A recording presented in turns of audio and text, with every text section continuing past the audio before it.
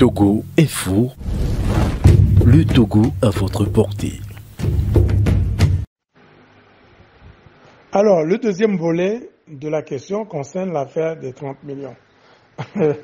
Est-ce pour l'ANC ou pour la C14? Non, vous savez, je crois qu'il faut que nous soyons sérieux.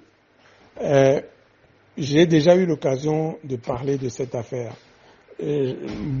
Jean-Pierre Fabre est revenu là-dessus dans une interview accordée récemment à un journal de la place, Le Correcteur.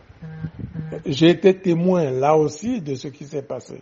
Cette nuit-là, c'était la veille du sommet de la CEDEAO à Lomé, où précipitamment on nous avait appelés pour aller rencontrer le président Alassane Ouattara, qui voulait connaître la position de l'opposition togolaise avant le sommet. Et nous étions, je crois, 7 responsables politiques à l'époque. Il y avait Jean-Pierre Fabre, il y avait Brigitte, il y avait moi-même, il y avait Paul Apévon, il y avait le professeur Oulou, il y avait Aimé Gougué, il y avait Sama Kossi du PNP. Voilà. Et nous sommes allés à cette rencontre avec le président Ouattara. Et c'est au moment où nous partions, nous étions levés, nous étions debout, en train de partir. Nous avons serré la main au président Ouattara, à son ministre des Affaires étrangères qui était là. Et puis le président Ouattara qui nous dit, attendez, j'ai un petit cadeau pour vous, pour vous soutenir dans vos activités. On était tous embêtés et on nous amène un petit sachet, le petit sachet, vous savez, d'aéroport là, les sachets qu'on utilise dans les aéroports, dans les duty free des aéroports. Et puis, on nous donne ça, on savait pas ce qu'il y avait dedans. Bon, on a pris. Et donc, et le président Ouattara n'a pas dit que c'était pour tel ou tel parti. Il a dit, c'est pour vous soutenir dans vos activités. Donc, une sorte de blague, on a dit, on va donner ça aux plus jeunes d'entre nous. Et le plus jeune, c'était le professeur Oulou. Eh bien, on a donné ça au professeur Oulou, et lorsqu'on est arrivé sur le parking, le professeur Oulou n'avait pas sa voiture.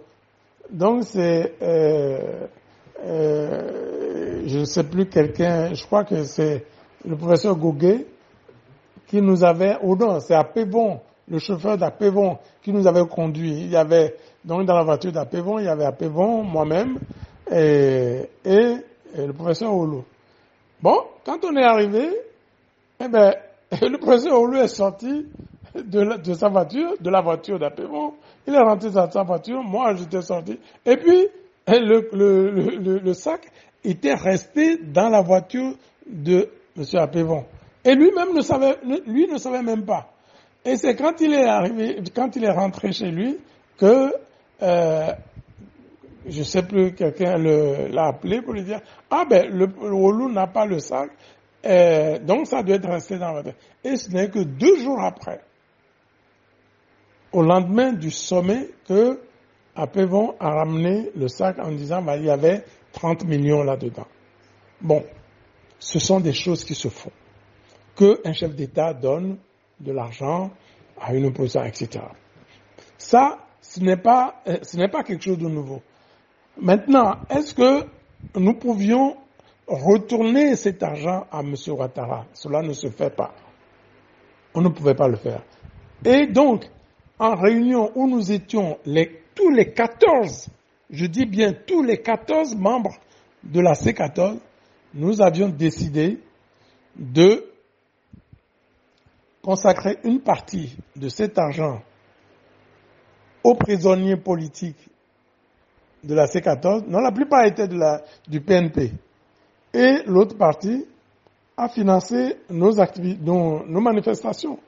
Parce que ce que vous ne saviez peut-être pas, c'est que à chaque fois que nous devons organiser des manifestations, nous cotisions nous-mêmes, et puis il y a nos amis de la diaspora et quelques bonnes volontés qui nous donnaient un peu d'argent.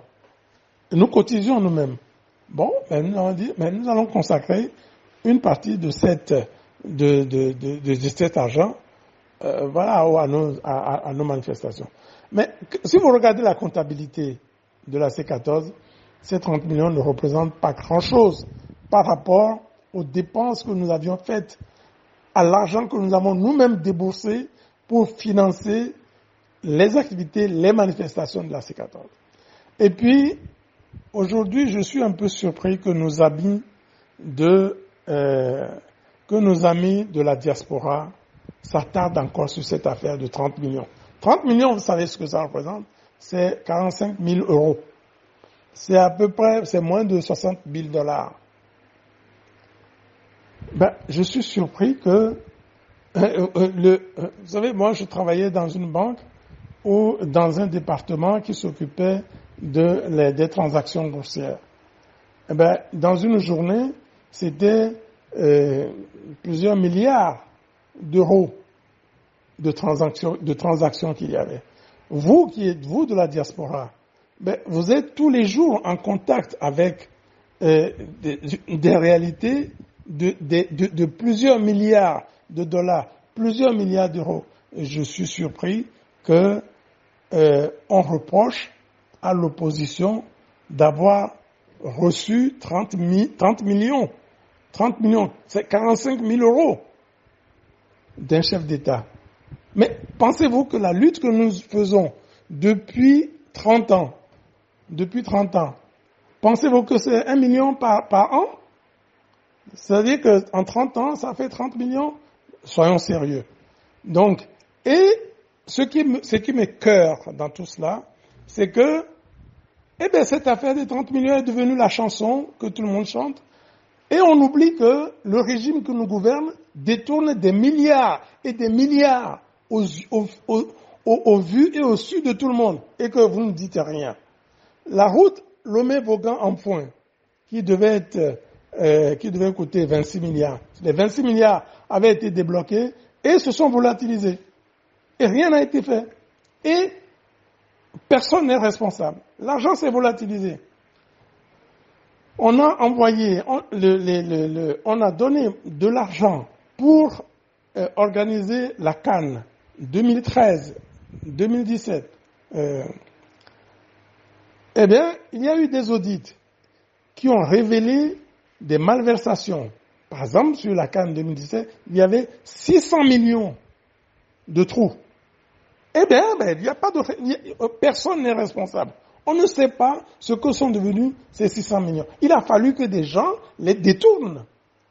Et ça, vous n'en parlez pas. Et vous êtes tout le temps là à dire, l'opposition a pris tant de... Attendez, soyons un peu sérieux. Donc moi, cette affaire de 30 millions, je ne demande même pas votre indulgence. Je demande tout simplement votre réalisme. Votre réalisme. Et que, sachez que cette affaire des 30 millions, c'est tout le bruit qui est fait autour de cette affaire de 30 millions est orchestré par le régime pour détourner les Togolais des vrais problèmes auxquels ils sont confrontés et pour discréditer l'opposition. Pendant que eux-mêmes volent des milliards et des milliards tous les jours. Moi, je préfère que nos compatriotes de la diaspora, que les Togolais ouvrent les yeux sur les détournements à ciel ouvert qui se font tous les jours dans ce pays, plutôt que sur les... Qu'est-ce que l'opposition a à se reprocher dans cette affaire des 30 millions? On doit se reprocher d'avoir accepté qu'on nous donne 30 millions? Nous ne sommes pas allés voler 30 millions. Nous n'avons pas dévalisé une banque. Nous n'avons pas dévalisé les caisses d'une entreprise. C'est un chef d'État qui nous dit, voilà, je vous donne 30 millions pour vous aider dans vos activités. C'est des choses qui se font tous les jours. Quelle est la faute que l'opposition togolaise, la C14, a commise dans cette affaire? Que l'on nous l'explique.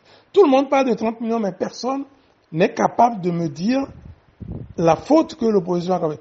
Alors, il y en a, c'est vrai, des savants en politique, issus de la C14 qui disent, quand on lutte, ce n'est pas tous les cadeaux qu'on accepte.